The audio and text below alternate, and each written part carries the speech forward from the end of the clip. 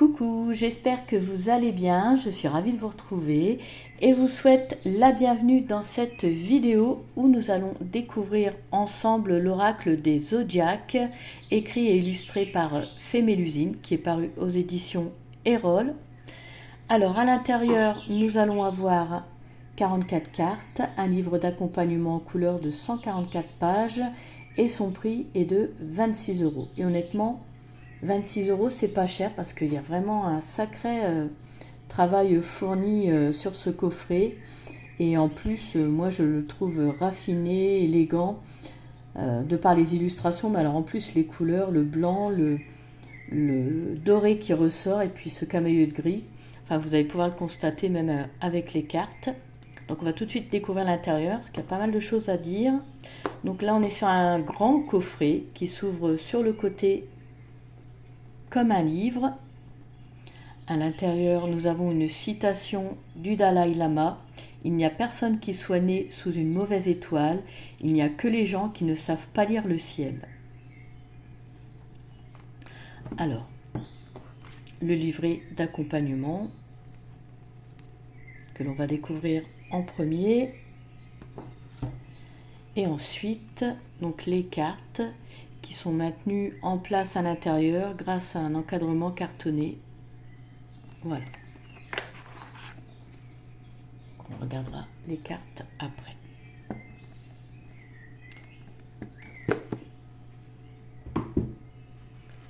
Allez, c'est parti pour la découverte du livret.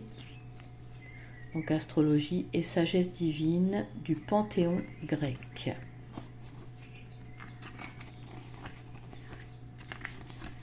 Le papier est glacé, alors je vais essayer de jouer avec la lumière pour que vous puissiez bien voir. Donc ici, elle écrit « Moi, c'est Annelise et j'ai choisi de m'exprimer à travers les arts. C'est en toute humilité que je te livre ce travail d'une année qui m'a aidé à y voir plus clair en moi. Véritable chemin initiatique plein d'amour et de reconnaissance. Puisse cet oracle te guider et t'accompagner à ton tour. » Donc ensuite, nous avons l'adresse de son site et ses réseaux sociaux. Ici, le sommaire, la table des matières.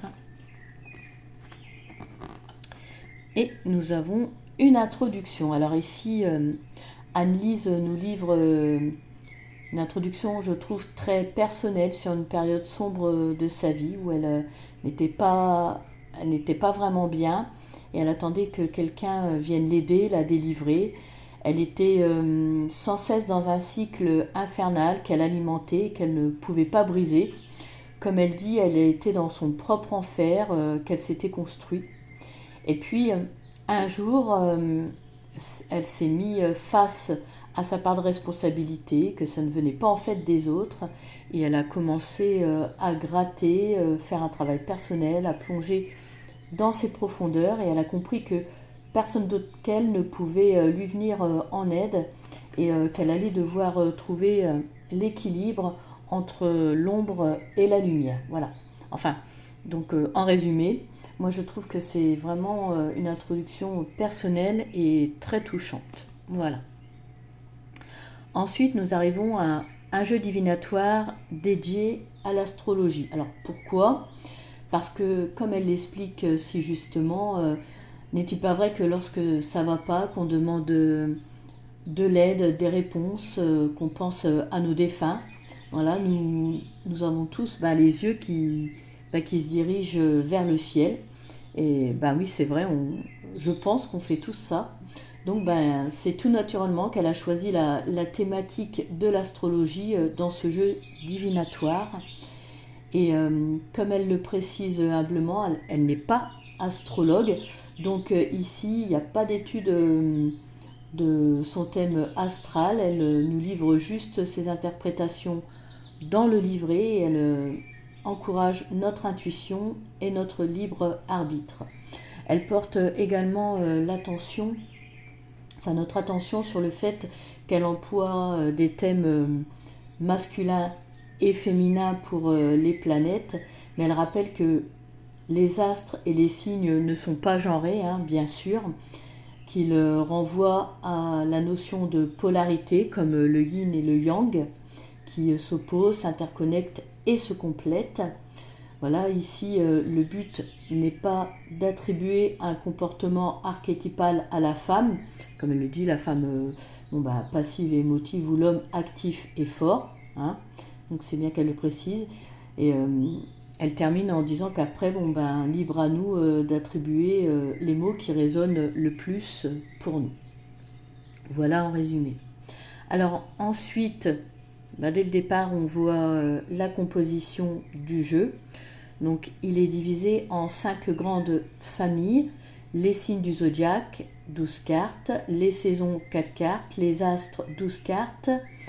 Les éléments, 4 cartes. Et les maisons astrologiques, 12 cartes. Donc ce qui fait au total 44 cartes. Voilà. Donc, elle termine après en résumant sur tout ce que permet l'astrologie. Alors je vais vous lire cette partie. Donc l'astrologie est un merveilleux outil mis au service de la connaissance de soi et de la spiritualité. Elle te permet de comprendre tes croyances limitantes, tes schémas de vie et toute l'étendue de ton potentiel. Elle peut t'ouvrir la voie de la guérison, te permettre de choisir les bons moments dans tes relations amoureuses, amicales ou encore professionnelles, mais aussi t'apporter une reconnexion au cycle de l'univers de la vie. Il est fascinant de voir comment tout dans l'univers est connecté, tout fonctionne ensemble, toutes les énergies s'entremêlent, ainsi les mouvements des corps cosmiques activent notre énergie et celle de la nature. L'astrologie, finalement, est à la base de toutes nos vies. Ne tends-tu pas l'oreille quand, le matin, en partant travailler, tu entends ton horoscope passer à la radio. Ainsi, toutes les grandes familles qui composent l'oracle se complètent et se répondent tout en suivant un cycle bien établi, ce qui en fait également tout l'intérêt du jeu. Alors ensuite, nous arrivons à l'étude de ton thème astral. Alors souvenez-vous, donc un petit peu plus tôt, je vous ai dit qu'elle précisait que cet oracle n'a pas comme but l'étude du thème astral, mais elle nous en parle un peu, elle nous explique que sa vocation est de nous renseigner sur la position des astres par rapport à notre lieu de naissance. Et donc pour ce faire, nous avons besoin de notre date, de notre heure et donc de notre lieu de naissance. Les 10 astres sont placés dans une roue divisée en 12 secteurs représentant les 12 domaines les plus importants de la vie. Cette roue va entre autres nous indiquer notre signe solaire, lunaire et notre ascendant. Donc le soleil, c'est l'énergie vitale, l'âme qui est venue s'incarner dans un objectif bien précis. Il est en lien avec la conscience et le rayonnement. La lune, elle représente l'inconscient et l'ascendant sera représentatif de la matérialisation de l'âme. C'est la personnification de l'énergie humaine. Alors en fait, cette carte du ciel, ce thème est un outil de compréhension de soi. Il se compose, donc on l'a vu, des 12 signes, 10 astres, mais alors on peut dire également astéroïdes. Donc il y a également 12 maisons et des aspects. Alors on peut appeler aussi également les aspects, les angles. Mais ici, ce ne sera pas abordé. Elle propose juste que nous nous concentrions uniquement sur la position des astres au niveau des signes en nous aidant des symboles qu'elle nous a mis dans le tableau que l'on voit ici, ainsi que sur les maisons qui nous sont indiquées par des chiffres. Voilà. Et donc, elle répète que cet oracle, en plus d'être divinatoire, nous apportera une première approche brève et concise sur le thème, mais c'est tout. Voilà, parce que Euh, Elle le précise et c'est vrai, l'étude du thème est vraiment bien plus complexe. Voilà. Donc, ensuite nous arrivons à la mythologie comme outil de développement personnel. Alors, déjà, précisons qu'il s'agit de mythologie grecque, car elle a un lien étroit avec l'astrologie. Et donc, elle aborde cela parce que tous les mythes répondent à des schémas archétypaux et suivent une trame qui va de l'appel à l'aventure, à l'épreuve initiatique, l'affranchissement, à l'aide d'un mentor et l'accomplissement de sa quête. Et nous aussi, nous sommes en chemin en suivant notre propre quête. Voilà, nous rencontrons des épreuves, des obstacles et donc les mythes peuvent nous servir de guide de voyage et donc ici elles nous apportent des points de réflexion et des pistes à creuser si le sujet nous appelle. Voilà. Ensuite, comment fonctionne l'oracle des zodiaques? Voilà. Alors on va voir ça tout de suite. Donc le principe du jeu est de partir en exploration de ta part de lumière, mais aussi de t'inciter à te confronter à ta part d'ombre. Il est essentiel de tenir compte de ces deux aspects lorsqu'on entame un travail profond de connaissance de soi, effectivement, c'est vrai, l'un ne va pas sans l'autre. Tu trouveras donc dans ce livret des pistes autour des polarités. Chaque signe du zodiaque porte en lui une part lumineuse et une part sombre, tout comme les dieux, les saisons, les éléments ou les maisons astrologiques.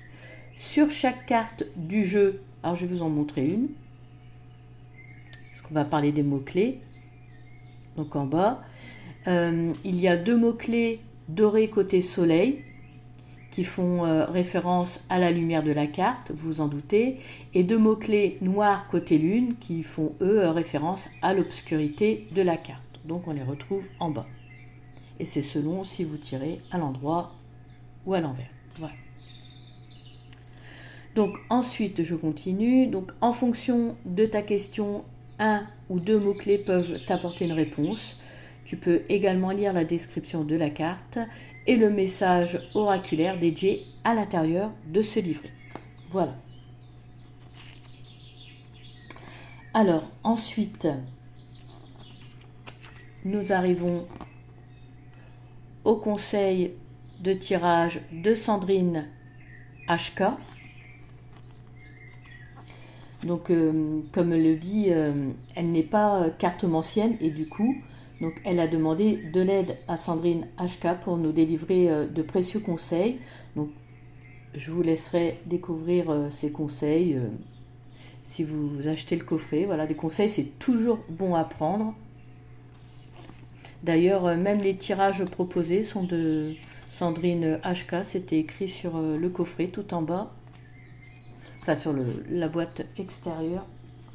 Enfin, à l'arrière. Voilà, tout en bas, tirage proposé par Sandrine HK. Donc, revenons au tirage. Donc, elle nous en propose 6. Le premier, le tirage en une carte. Donc, quelle sera l'énergie de ma journée, de ma semaine, de mon mois, de mon année? Un conseil sur une situation, le futur probable professionnel, sentimental ou spirituel, une carte à méditer. Donc là, c'est toutes les possibilités avec le tirage à une carte. Ensuite, le tirage en 2 cartes, donc le problème, la solution, ou le point positif de la situation et le point négatif, ma qualité, mon défaut, ce qui me tire vers le haut, ce qui me tire vers le bas, ce que je dois continuer, ce que je dois arrêter, mes certitudes, mes doutes. Enfin, donc on a différentes propositions de tirage pour le tirage à 2 cartes. Ensuite, nous avons le tirage en croix, donc ce tirage complet, car il permet de nous rendre compte de la situation dans laquelle nous nous trouvons. Il donne un conseil et nous parle du futur probable. C'est le tirage en 2 en 1, mixte, de développement personnel et de divination. Donc la carte numéro 1, le positif de la situation, la carte numéro 2, le négatif de la situation, la carte numéro 3, le conseil, et la 4, le futur probable. Ensuite, nous arrivons au tirage des 12 maisons. Alors, donc, placez les 12 cartes maison sur la table, puis recouvre chaque carte maison d'une nouvelle carte, qui sera donc la carte à interpréter par rapport au domaine de la maison concernée, parce que chaque maison donc, concerne un domaine. La maison numéro 1, l'ego et la personnalité. La 2, la vie matérielle et financière. La 3, la communication et les déplacements. La 4, le foyer et les racines. La 5, l'amour et les plaisirs. La 6, la santé et le travail. Maison 7, la vie sentimentale et les engagements. La 8, les crises et la transformation. La 9, la spiritualité et les voyages. La 10, le travail et la réussite sociale. La 11, le monde sociétal et les innovations. Et la dernière, la maison 12, le moi intérieur et les épreuves. Ensuite, le tirage en croix spécial maison. Donc la carte 1, le positif de la situation dans le domaine concerné. La carte numéro 2, le négatif de la situation dans le domaine concerné. La carte numéro 3, le conseil dans le domaine concerné. Et la carte numéro 4, le futur probable dans le domaine concerné. Voilà. Le dernier tirage, ça brille un peu avec le papier glacé. Donc le tirage Zodiac fait 5 tas, un tas avec toutes les cartes de la famille des signes du Zodiac, donc un tas avec toutes les cartes de la famille des astres, un tas avec toutes les cartes de la famille des maisons, un tas avec toutes les cartes des éléments et un tas avec la famille des saisons. Donc vous mélangez chaque tas, puis on tire une carte de chaque famille. Carte numéro 1, donc à piocher dans la famille des maisons. Quel besoin de ma vie a besoin d'être travaillé? Carte numéro 2, à piocher dans la famille des astres. Pourquoi dois-je travailler ce domaine? Carte numéro 3, à piocher dans la famille des signes du zodiaque. Quelle qualité sera nécessaire? Carte numéro 4, à piocher dans la famille des éléments. Quelle est l'énergie à adopter? Et la carte numéro 5 qui est ici, donc à piocher dans la famille des saisons. Quel est le conseil des saisons pour améliorer ce domaine dans ma vie? Voilà pour les tirages. Et après, nous arrivons aux différentes familles. Donc là, on commence avec les signes du zodiaque. Donc là, on a le rappel des signes. Pour chaque grande famille, on a un topo avant de passer aux cartes.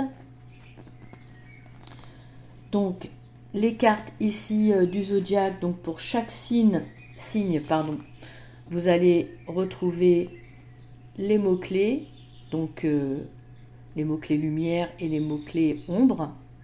Vous allez avoir ici éléments, saison, l'astre, la maison astrologique concernée, la qualité, le signe complémentaire, la polarité, le mythe, sa devise et son aspiration. Donc, pour chaque carte de cette partie, nous allons avoir sa part lumière et sa part d'ombre, et ce que la carte peut révéler. Donc pour chaque signe, ça sera comme ça. On a une partie aussi également mythologie. Et puis, vous voyez, là, ici, c'est « je suis » pour le bélier. Le taureau, « je possède ». Le gémeaux, « je pense ».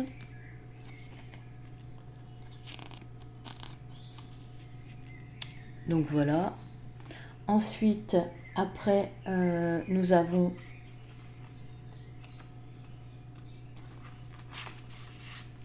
les saisons. Alors là, pareil, le rappel des saisons. un petit topo sur les saisons. Alors ici, on voit l'influence de la saison sur certains signes. Les symboles qui sont sur la carte et ce que la carte peut révéler. Et on peut également, avec certaines saisons, avoir une brève de mythologie. Alors, je vais regarder. Voilà, une brève de mythologie. Et à chaque fois, donc, vous avez les signes associés, l'élément, donc répété. La période de l'année, mois antique, les fêtes antiques célébrées. Enfin, il y a plein de détails pour chaque carte. Donc ensuite, après les saisons, nous arrivons aux astres. Donc pareil, le rappel des différents astres, dont les planètes, l'étoile solaire, le satellite lunaire et les 2 astéroïdes. Toujours pareil, un petit topo avant. Voilà, on retrouve sa part lumineuse et sa part sombre. On a une partie mythologie ici, même une brève de mythologie. Nous avons le symbolisme de la carte et également ce qu'elle peut révéler. Le signe domicile, la maison astrologique concernée. Voilà. Là aussi encore pas mal de détails, pas mal d'informations sur chaque carte. Donc voilà pour les astres. Ensuite, donc nous arrivons, il me semble que c'est les éléments. Ouais, voilà, les éléments. Donc on les rappelle ici. Un topo. Donc comme pour toutes les cartes, les mots-clés côté soleil et les mots-clés côté lune. Voilà, comme on doit prendre les éléments ici comme des concepts archétypaux, on voit si nous le portons en nous en excès ou en carence. Voilà, pour donc justement travailler sur ces points, les harmoniser et les équilibrer. On voit les signes porteurs de l'élément. Et en plus, donc, on a une partie mythologie. Et puis, comme d'habitude, ce que la carte peut révéler. Voilà. Et ensuite, donc, les différentes maisons. Toujours pareil, avec le petit topo avant.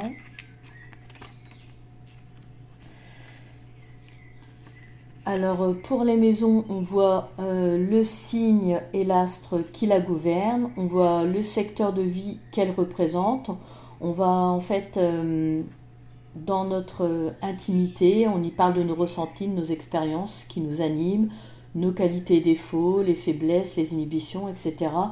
Et tout ça sans limitation dans le temps, ça peut être passé, présent, futur. C'est un vrai voyage initiatique de l'âme, pardon. On voit également l'énergie des astres par rapport à cette maison, le symbolisme de la carte. Voilà, et puis comme d'habitude, ce qu'elle peut révéler. Voilà. Ah oui, puis en plus ici, donc on voit le signe et l'astre qui est dans cette maison. Voilà. Et à la fin, on a une bibliographie. Donc voilà pour le livret d'accompagnement. Ça va faire peu de temps pour regarder les cartes.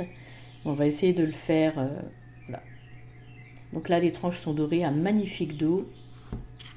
Donc en premier, nous sommes sur les signes. Donc le bélier, le taureau, gémeaux.